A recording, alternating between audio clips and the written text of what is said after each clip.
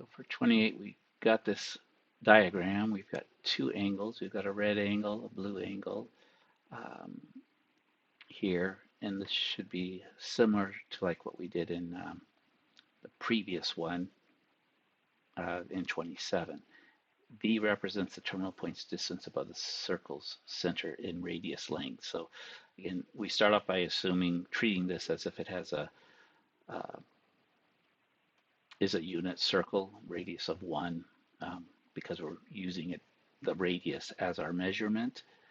So what are the measures of the two angles shown in the diagram, which both have terminal rays located V radius lengths below the center of the circle? So what I would do, since obviously this is V is the y coordinate, we'll use the red angle first. Now, when we go to get it, when we use our inverse sign to get it, maybe I better change colors. Let's use this one. Let's use gold. Why not? We got a gold thing. What we're really getting is we're going to get this angle here, and it's going to be a negative radians. So then to calculate the red angle, we're going to take 2 pi minus the angle we calculate. So let's do that first. And then we'll actually be able to, I think we'll be in a good position to calculate the next one from it. Okay. So the red angle is going to be, it's going to have a y coordinate of negative 0.91. So to get its angle measure, we take the inverse sine of negative 0.91. Now the thing is, it's going to give us a negative angle, right? Oops, not sine, inverse sine. Let's clear all of this out. Of negative 0.91. We're going to get an answer, and it is in negative. And again, what that's giving us is this angle here. So negative 1.3 decimal places. Okay, 143. Okay, but that's not the red angle. That's the angle between the x-axis and here, coming measured clockwise. We want it measured counterclockwise. So to find it, what we are going to do is we're going to take 2 pi minus 1.143, and that will give us the red angle. So we'll just take this, since it's already negative, we're going to add to it 2 pi. So the 2 pi is positive, the angle measurement is negative, and so we get the red angle, which is 5.139, which rounded to 3 decimal places is going to be 5.140. So that's the red angle.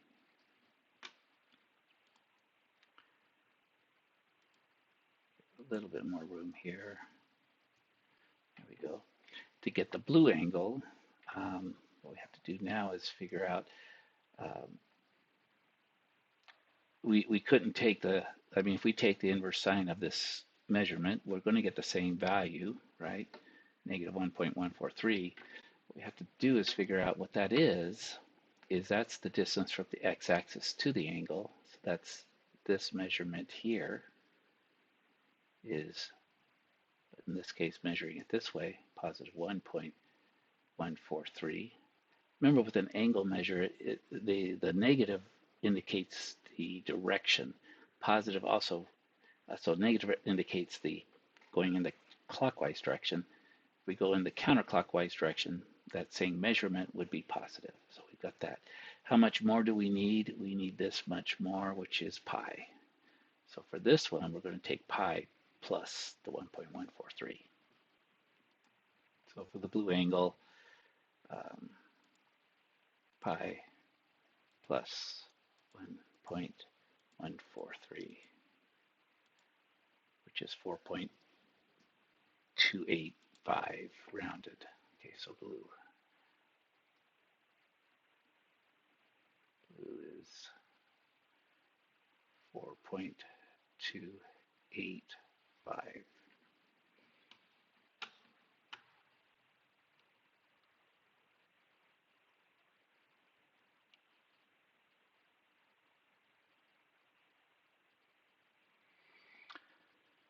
So which of the angles shown in the above diagram are the values of arc cosine, or of arc sine? Well, actually, in our case, neither.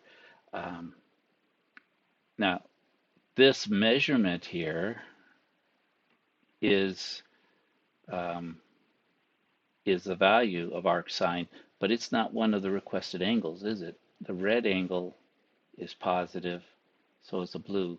So um, when you look in the answer key, really, I would say, which of the angles shown? Neither of them. It does talk about that this measurement of negative 1.143 is the value, and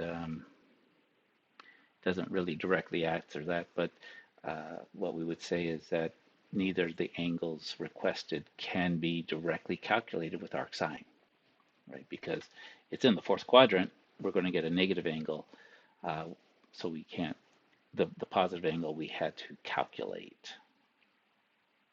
Okay. Then C, if the radius of this circle is 10 centimeters, how far apart are the 2 points located where each of these rays intersect the circle? So how far, so again, we want the distance from here to here. So what we need to do is find the x coordinates and then subtract them. So the x coordinates are going to come from these, our cosine of the various measurements, right? So the r is 10.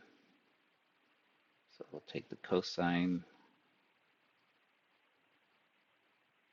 take a cosine of 5.14, which is going to be positive. Again, you could do it either way, but take that, and then I'll subtract 10 cosine of 4.285, because I know that will be negative, and the negative times a negative gives you a positive. It's going to be a positive distance. If you did it the other way, you'd get a negative, you'd get the same value, but it'd be negative, and you'd know, okay, distance is not negative. So we go 10 cosine 5.140 minus 10 cosine 4.285. Now you could do these independently, so you could actually get the x coordinates, but if you did 27, you would see this. So there's 8.292 if you round it to 3 decimal places. This says 2 points. Oh, the 2 points? No. Yeah. Everything's supposed to be rounded to 3 decimal places. And again, this would be centimeters, because that's the measurement units they're using. Okay. And that was for question number 28.